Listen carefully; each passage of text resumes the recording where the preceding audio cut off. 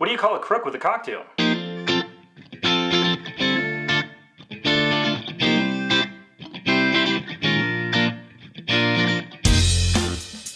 Hello and welcome to Intoxicated Masculinity. If it's Wednesday, we have a cocktail video coming at you today. We are going to continue with our exploration of rye cocktails with the Scofflaw. The Scofflaw was created in 1924. The origins are actually somewhat in doubt. So the word Scofflaw actually came from a politician who did a contest for somebody to come up with the best epithet to call people that were illegally importing spirits or trafficking in spirits during Prohibition. The cocktail of the same name was created, obviously, in honor of that. However, the original story that I have been understood, it was created by Jacques at Harry's New York bar in Paris. However, there seems to be some evidence that it was actually created in Chicago. 1924 is the year. I can't really confirm one way or the other which one is more accurate. Given what I've read, it seems like Chicago is maybe more likely, but I'm not going to bet on that, 100%. In this case, we are going to be doing this cocktail twice, and so we're going to be making two cocktails just because the ratios in this cocktail are very different in the recipes that I've found.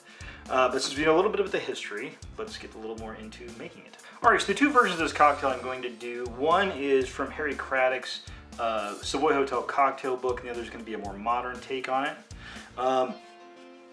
The version that's in the version that's in Harry Craddock's book is going to be kind of reflective of a lot of the cocktails, where it seems like things were much more tilted towards being more similar ratios. In other words, 1 part, 2 part kind of thing.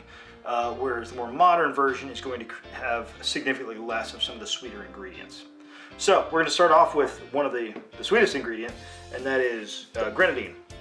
So for our Harry's version, I keep calling it Harry's, for our Harry Craddock version, we are going to call for 1/2 of an ounce of grenadine, which I will admit seems like a lot. Grenadine is very, very sweet. For our other one, it's calling for a few dashes. I'm just going to toss in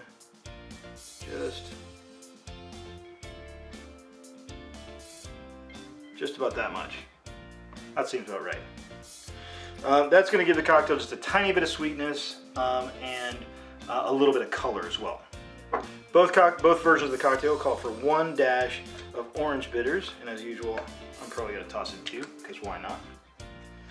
Our next ingredient is going to be our lemon juice. So, Harry Craddock's version is going to call for 1/2 ounce, just like the grenadine. And our modern one is going to call for just 1/4 ounce of lemon juice. Next up, and this always gives me pause when I see dry vermouth combined with with whiskey, really any aged spirit. I'm not quite sure how it's going to work, but I'm interested to see. So, in Harry's version, we are going to call for 1.5 ounces of our dry vermouth, which is significant, obviously. And for our modern, we're just going to do 1 ounce. Finally, star of the show, our Rittenhouse rye. So for Harry Craddock's version, this is going to be equal parts of rye and dry vermouth, so 1.5 ounces. And for our modern version, we're going to do our much accustomed full 2 ounce pour. All right, once you get those built, all we need to do is get some ice in our shaker and shake them up. Okay, let's go ahead and get those in our shaker. And give them a good shake.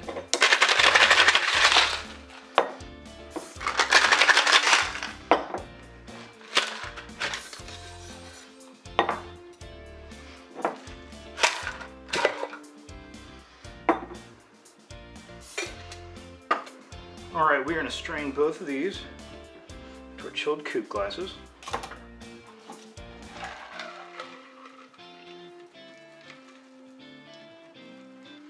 You're going to notice that because of that grenadine, Harry Craddock's version is going to be much, much redder than the other one.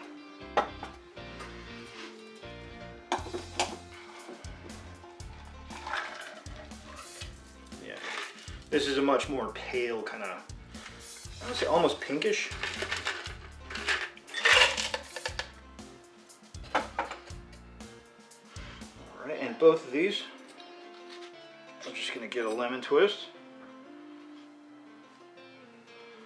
Go ahead and rub that along the rim. Give it a little twist and drop it into the glass. And same thing on our modern version. So there we have our Scofflaw cocktail. I think we're going to start off with the modern version.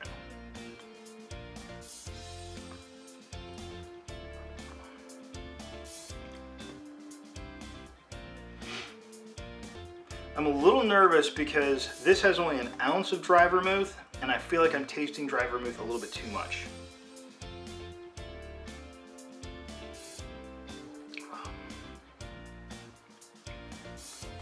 The cocktail doesn't feel like it's coming together like it could. Let's try Harry Craddock's version.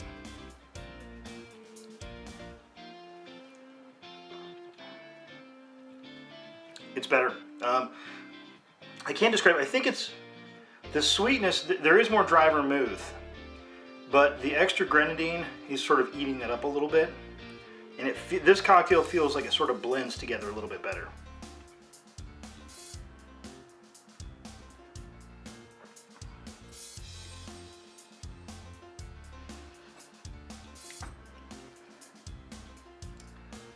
Yeah, this the Harry Craddock version is definitely better.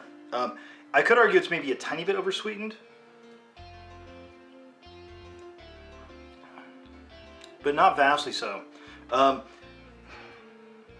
This is just too bare bones, and it doesn't have enough in there to sort of incorporate the dry vermouth.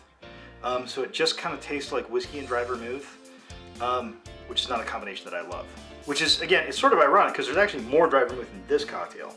But there's a little bit more sweetness and there's a little bit more citrus to kind of absorb that and make it blend well together. So, I would definitely have the original Harry Craddock version, proving once again that Harry Craddock knew something about making drinks. And on that bombshell, I want to thank everybody for watching. Please like, share, and subscribe. Have a good drink, and have a good day.